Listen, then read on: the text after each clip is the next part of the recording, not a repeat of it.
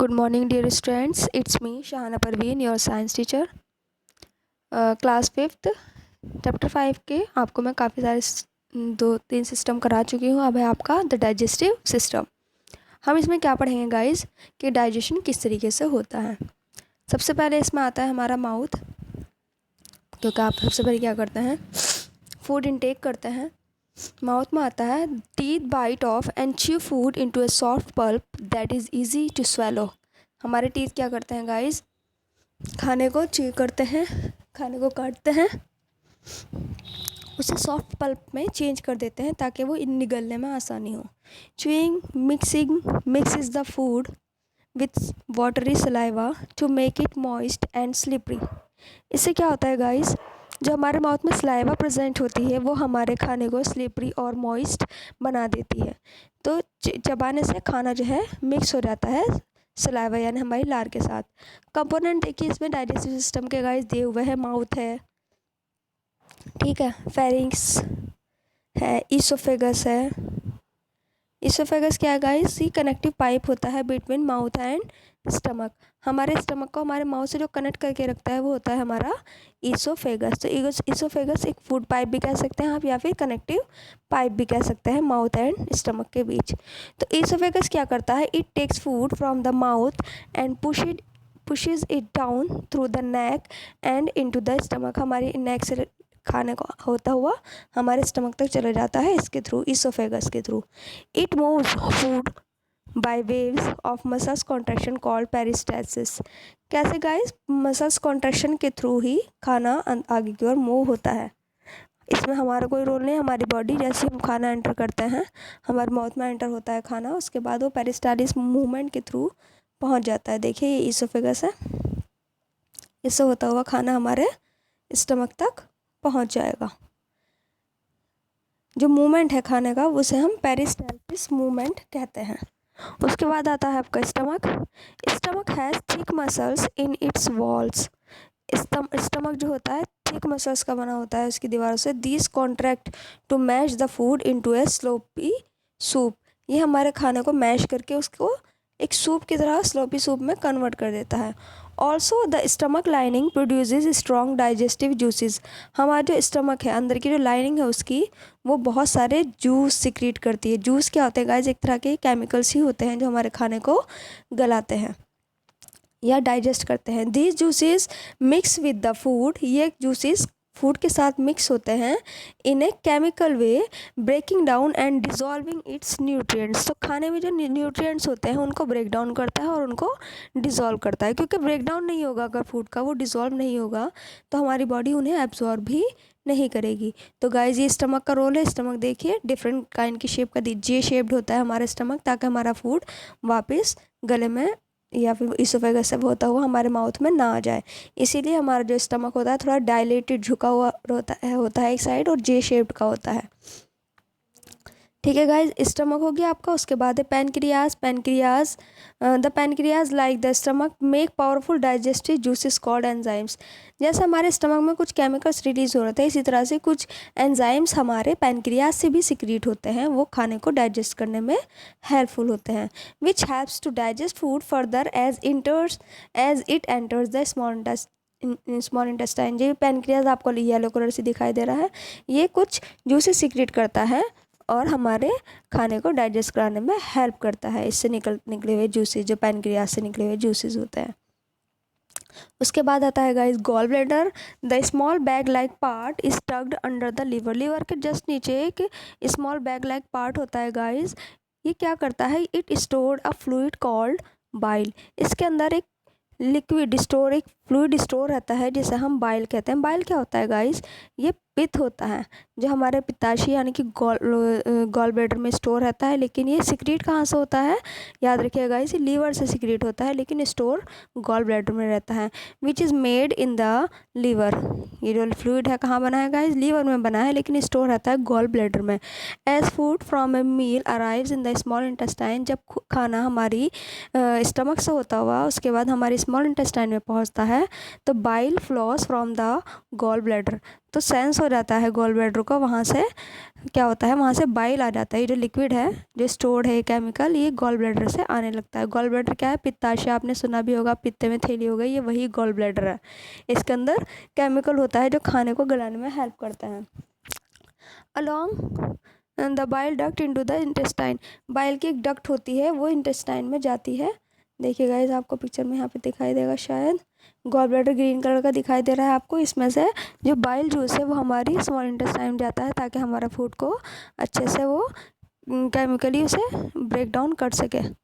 ठीक, it helps digest fatty foods. अब ये जो गॉल ब्लैडर के अंदर जो लिक्विड है, क्योंकि अभी आपने देखा हमारे माउथ में सलाइवा प्रेजेंट, वो भी खाने को गला रही है। फिर हम हमारे क्या स्टमक में आए, हम स्टमक में जो लाइनिंग है वो कुछ केमिकल प्रोड्यूस कर रही है, वो भी खाने को गलाती है। उसके बाद हम किस चीज़ में आते हैं, पैनक्रियाज, उससे भी कुछ केमिकल सिक्रेट हो रहे हैं, वो भी खाने को गलाने में हेल्प करता है।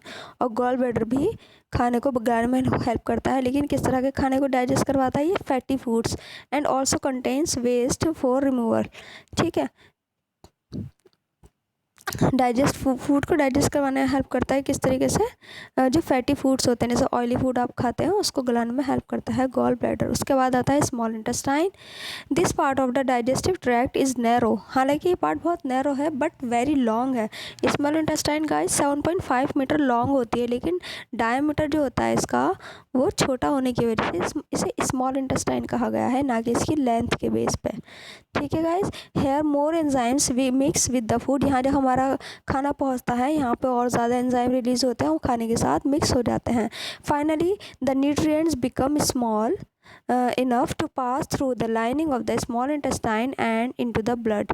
उसके बाद हमारी स्मॉल इंटेस्टाइन, उसमें ब्लड स्ट्रीम तो पाई जाती है, वहाँ से खाना इजीली एब्जॉर्ब हो जाता है, क्योंकि खाना कम्प्लीटली गल चुका है, वो मतलब स्मॉल यूनिट में कन्वर्ट हो जाता है। उसके बाद हमारी जो ब्लड की सेल्स हैं, ब्लड है वहाँ पर, तो वो उसे खाने को एब्जॉर्ब करके पूरी बॉडी में खाने को पहुँचा देता है। देखिए गाइज, यहाँ आप स्मॉल इंटेस्टाइन देख भी सकते हैं, ये बीच में जो दी हुई है स्मॉल इंटेस्टाइन, ये 7.5 मीटर लॉन्ग होती है।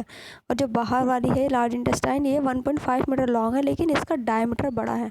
डायमीटर के बेस पे लार्ज इंटेस्टाइन को लार्ज और स्मॉल इंटेस्टाइन को उसके डायमीटर छोटा होने की वजह से स्मॉल कहा जाता है। ठीक है गाइस, यहाँ देखिए। उसके बाद लीवर, स्मॉल इंटेस्टाइन के बाद हम लीवर पढ़ लेंगे। Blood from the intestine, intestine से जो ब्लड है वो फ्लो होता है into the liver carrying nutrients, vitamins and minerals and other product from digestion, सब चीज़ें लेकर ये फ्लो होता है हमारा जो ब्लड है।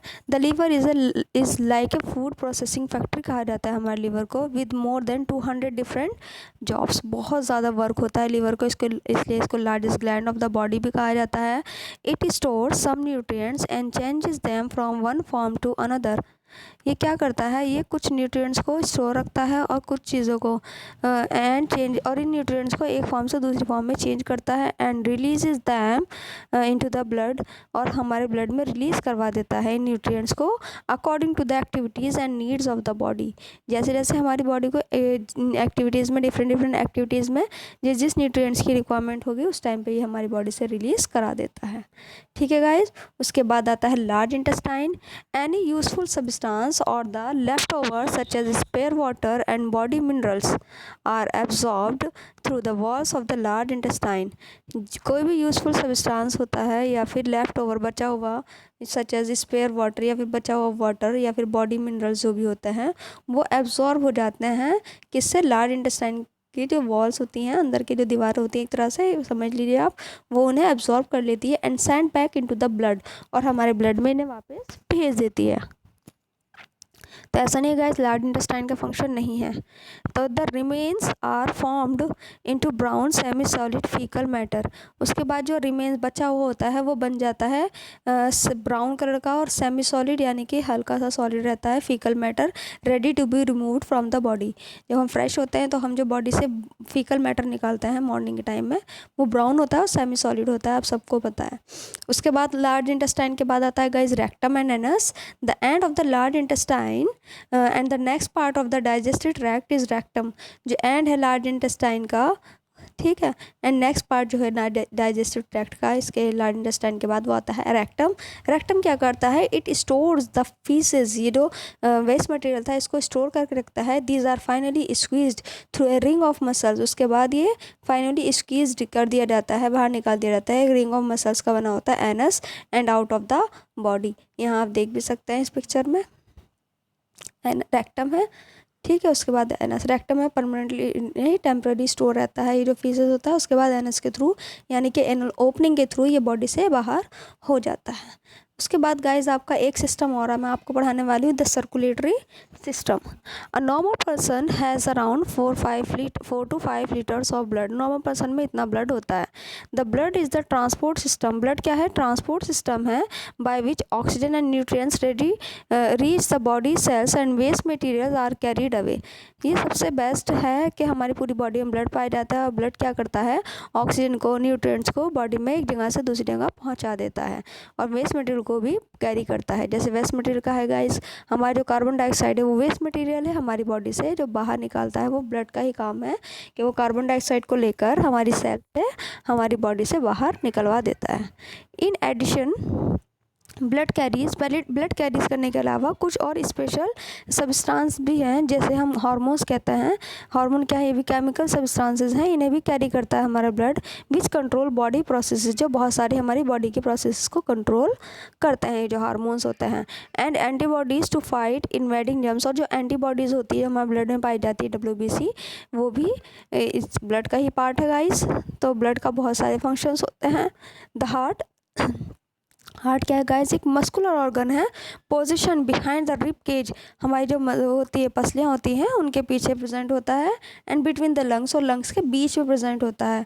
इज़ द पंप, ये एक तरह का पंप होता है that keeps this transport system moving, इसी की वजह से ये ट्रांसपोर्ट सिस्टम मूविंग में होता है।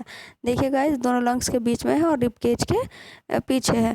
The body circulation has 2 parts, body के सर्कुलेशन में 2 पार्ट्स है, with the heart acting as a double pump, जो हमारा हार्ट है वो एक तरह से डबल पंप करता है। Blood in the right side, जो हमारे राइट साइड में जो ब्लड होता है वो डार्क रेड होता है और ऑक्सीजन उसमें बहुत कम होती है।